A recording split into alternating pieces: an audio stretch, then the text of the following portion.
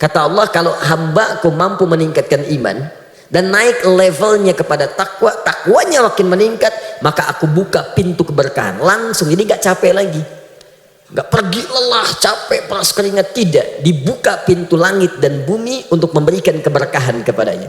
Kalau berkah sudah dibuka, sudah semua baik muncul. Baik semua muncul di rumah tangga, baik, sehingga cenderung tidak banyak masalah. Nafsu tertekan, sehingga kebutuhan yang dibutuhkan bukan keinginan yang ingin diraih. Baik, suami saya bekerja dengan cara tidak halal dan jauh dari agama. Tadi saya terangkan tadi malam, itu sudah otomatis. Halal itu lawannya haram. Halal itu saleh, haram itu salah. Orang kalau banyak mengerjakan yang halal, banyak solehnya, salahnya akan turun. Maka yang soleh ini, jika kemudian diolah dan masuk ke dalam tubuh kita, suami bawa harta yang halal, dibawa ke rumah, dimasak oleh istri, jadi makanan, dibelikan pakaian, dipakai di tubuh, jadi energi, muncul keberkahan di situ. Karena itu halal itu lekat dengan keberkahan. Di antara nama lain berkah itu thayyib, jamaknya thayyibat. Karena itu ketika seorang suami diminta mencari nafkah, diminta mencari dengan cara yang halal. Kalimat halal pertama dalam Al-Quran disandingkan dengan kata thayyib. Quran surah kedua ayat 168. Ya ayyuhan nasu kulu mimma fil ardi halalan thayyiban. Hei semua manusia tanpa kecuali. Disebutkan manusia dengan kata nas, mencakup konteks komunalnya, kehidupan sosialnya. 241 kali disebutkan dalam Al-Quran. Bahkan dimulai dengan kata ayyuha, 150 kali disebutkan dalam Al-Quran. Alhamdulillah. Ayyunya munada, hanya tanbih. Ayyunya berfungsi taukid di situ. Taukid itu penguat, tanbih itu pengingat. Disaakan kalau kita terjemahkan dengan ilmunya, Allah ingin mengatakan ya ayyuhan nas, hei semua manusia. Pakai ya lagi, linida'il qarib mutawassit wal ba'id, untuk menyeru yang dekat, yang menengah, yang jauh. Disebutkan 361 kali dalam Al-Quran. Hei semua manusia tanpa kecuali, dekat, menengah ataupun jauh, aku tegaskan, aku ingatkan, kata Allah, silahkan kau menyebar di bumi untuk mencari makan, cari kebutuhan, silahkan kerja. Saya sering katakan yang menggunakan rumus di balaghah, dzikrul ba'di yuradu bihil kullu, disebutkan sebagian yang dimaksud keseluruhan.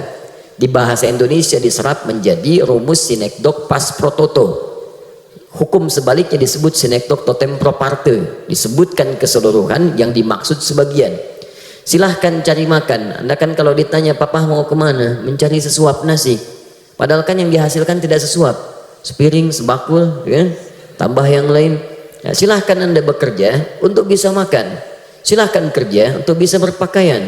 Cuman kata Allah, menyebarlah di tempat yang bisa engkau jangkau. Pakai min litab'id, mimma fil ardi, dari min dan ma disatukan menjadi mimma. Minnya tab'id, tidak harus keliling bumi semua, capek Anda.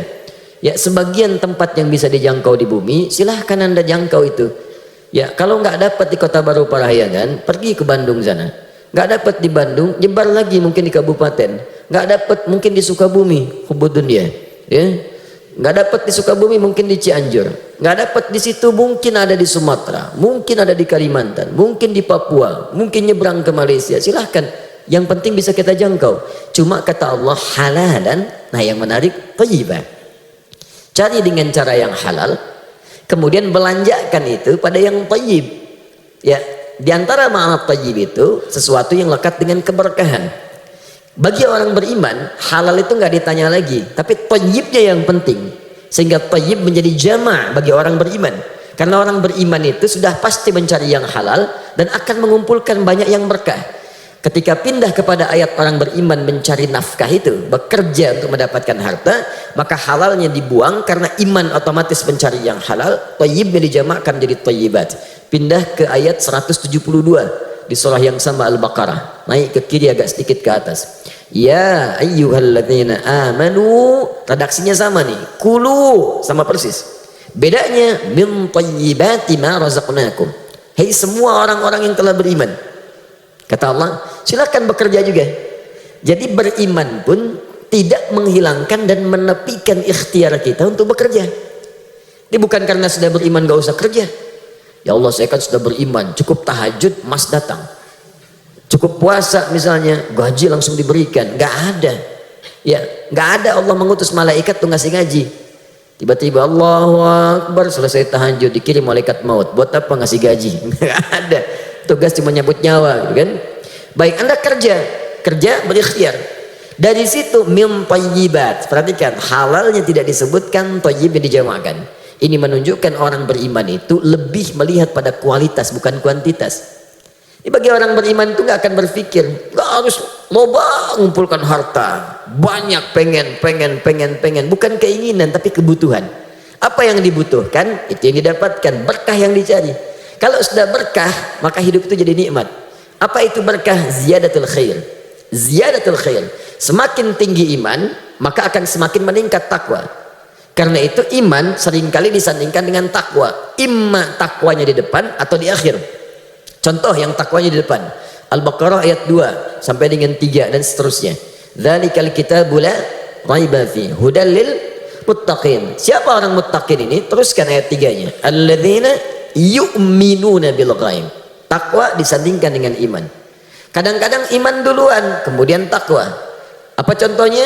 Misal Ali Imran ayat 102. Ya ayyuhalladzina amanu taqullaha haqqa tuqatih.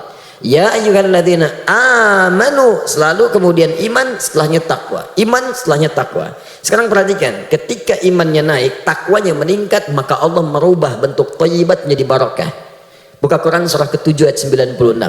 Walau anna ahlal qura amanu wattaqau la fatahna alaihim barakatim minas samai wal ard. Bukan thayyibat lagi tapi barakah, langsung nilai kebaikannya. Kata Allah, kalau hambaku mampu meningkatkan iman dan naik levelnya kepada takwa, takwanya makin meningkat, maka aku buka pintu keberkahan langsung. Jadi gak capek lagi, gak pergi lelah capek peras keringat, tidak, dibuka pintu langit dan bumi untuk memberikan keberkahan kepadanya. Kalau berkah sudah dibuka, sudah semua baik muncul, baik semua muncul di rumah tangga baik, sehingga cenderung tidak banyak masalah. Nafsu tertekan, sehingga kebutuhan yang dibutuhkan bukan keinginan yang ingin diraih.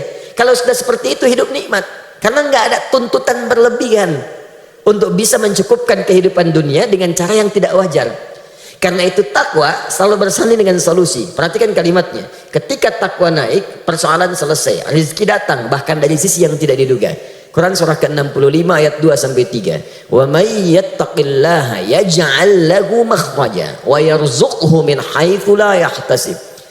Ya, siapa yang mampu meningkatkan takwa kepada Allah, maka Allah akan mudahkan setiap persoalan yang dia alami, diberikan jalan keluar, solusi. Bukan nggak punya masalah, tapi masalah itu saat akan dihadapi diringankan oleh Allah. Rumah tangga itu persoalan ada.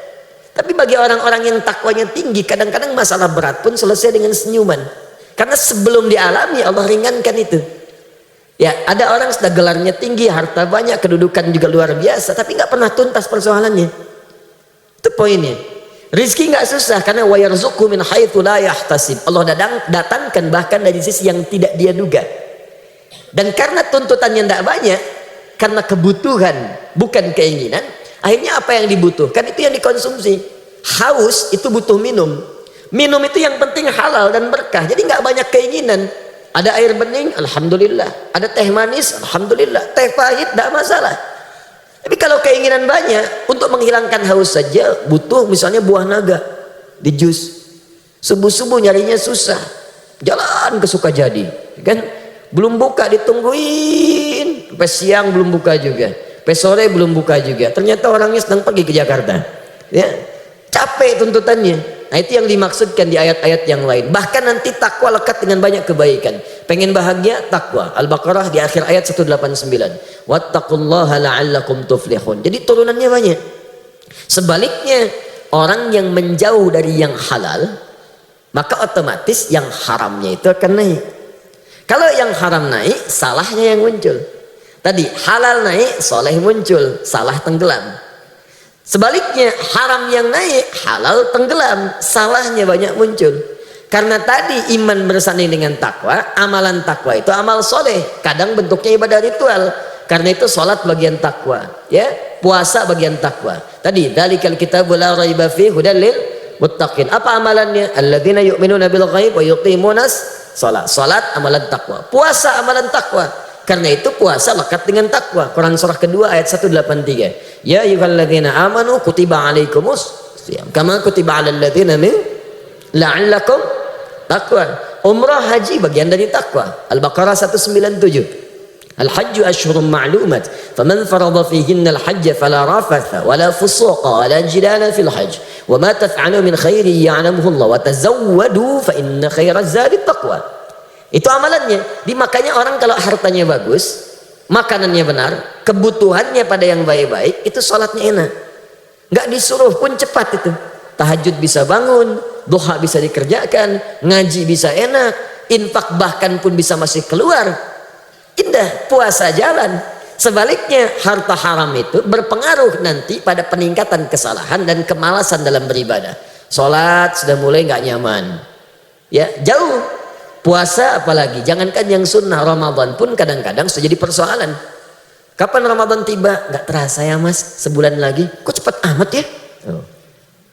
Ya kebalik tuh. Orang takwa nunggu sholat itu baru sholat subuh dan nunggu zuhur. Kapan kita mah zuhurnya jam berapa itu? Takwa. Tapi kalau takwanya meredup, salahnya muncul, keberatan yang ada. Ya, ini baru maghrib, udah isya lagi. Baru sahur dananya buka. Hari ini buka jam berapa itu? Nah, jadi hal-hal semacam ini Bapak Ibu sekalian itu sudah wajar. Karena itu jauhi perbuatan maksiat, jauhi yang haram-haram, dekatkan diri kita pada yang halal. Sekarang apa kasus di pertanyaan ini? Ya ini tadi yang saya katakan jauh dari agama sudah otomatis karena yang didapatkan yang haram, maka agama tidak akan jadi bagian prioritas dalam aktivitasnya. Ya cuma saya beri catatan ya, kalau nanti menuliskan seperti ini tolong diberi tanda kurung, dirinci aja kira-kira pekerjaannya apa gitu. Ya kadang-kadang kesimpulan tertentu dari pribadi kadang agak berbeda gitu pemahamannya. Karena ini dituliskan insya Allah tidak akan terbuka.